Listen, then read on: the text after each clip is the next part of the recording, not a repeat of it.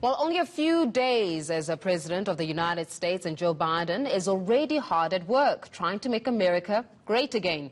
President Biden signed 17 executive orders, memorandums and proclamations from the Oval Office. He also joined the Paris Climate Accord and ended former President Donald Trump's travel ban on Muslims and African countries.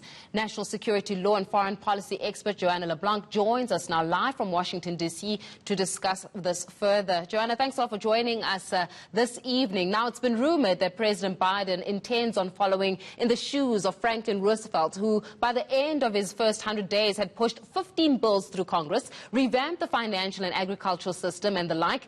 But where Biden is concerned, can it be done? Well, first and foremost, the executive orders that has been signed by President Biden were to undo some of the actions of his predecessor, because those actions were not taken through the legislative route, but instead by executive orders. So therefore, by a stroke of a pen, President Biden was able to undo those things, such as rejoining the World Health Organization and putting a pause on the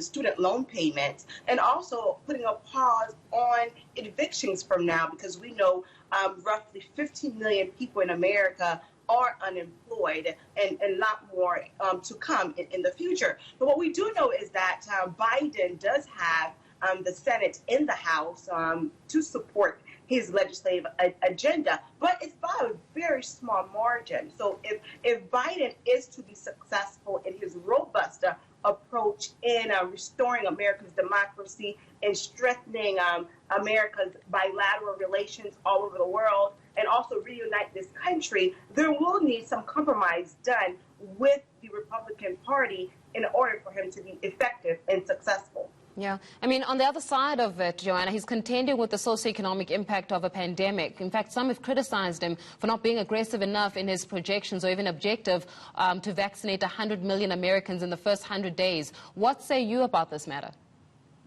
I think the vaccination, it's very critical in order for America to reopen its economy. But what's really important to me is not just that Americans need to have access to the vaccination, is that wealthy nations all over the world must work together and not hoard vaccinations to ensure that developing nations all over the world also have access. Because if the wealthy nations are vaccinated and developing nations are left without any recourse, what will ultimately happen is that this pandemic will come back to the shores of America, because we saw how one person was infected with the virus in Wuhan, China, how it led to the cripple of the American economy. But another thing Biden has said is that within 100 days, he wants to reopen the schools and wants children to go back to school. And a lot of folks here on the ground have argued that that is a bit too aggressive. We think it's good to have this kind of approach, but the Biden administration should be flexible in the event that that is not possible. Because, again, even with the vaccine, it does not prevent you from getting the virus, right? So the vaccine is not even the complete result to ending this pandemic. Yeah. I mean, with midterms around the corner, the race, I'm sure, is now on to do as much possible and make an impact to avoid what happened in the midterms during the Obama years. Absolutely. I think the biggest task for this administration right now is getting this pandemic under control so that Americans can return back to work and we can reopen our economies. Because the private sector obviously plays a huge role in the government. Believe it or not, the private sector often are the ones that are putting money behind some of these candidates to ensure their success.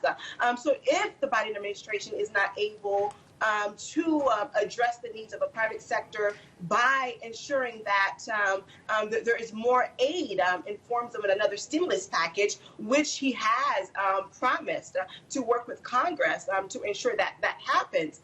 Right? So I think reopening the economy is critical to Biden's success, and to ensure that he will be reelected for another 4 years, if that's his agenda, which I would imagine it is. Yeah, well, we're imagining that indeed he's trying to run again after these 4 years. But one would also say and argue that when former President Donald Trump made that final speech saying that the reason why the Biden-Harris administration will succeed is because he left a solid foundation, or the Trump administration had left a solid foundation, especially where economic development is concerned. What say you about some of these policies that were left, as well as the footing which was left for the Biden administration to take over from? The Biden administration has argued that there was no foundation left, and they actually have to start from scratch, and that to some extent the president's record on ensuring that there's vaccine for Americans is not completely true. So in a sense, the Biden administration does have to start from scratch for when it comes to some of his policies, but not everything. Because yes, I think the Trump's presidency, while it was filled with rhetoric, and I think a lot of his successes were overshadowed because of his bold and boastful approach and unmitigated position when it comes to not following the norm of Washington. But I think that you can't take it away from him that the unemployment rate was not as bad up into the COVID pandemic was hit. So there are some challenges that the Biden administration will need to address, but I think there was some work done by the previous administration that will put the Biden administration on a path to success. Joanna LeBlanc, we'll leave it there for this evening. Thanks a lot for joining us, giving us a live update in terms of what those first 100 days look like for the Biden-Harris administration. Joanna joining us live from Washington, D.C.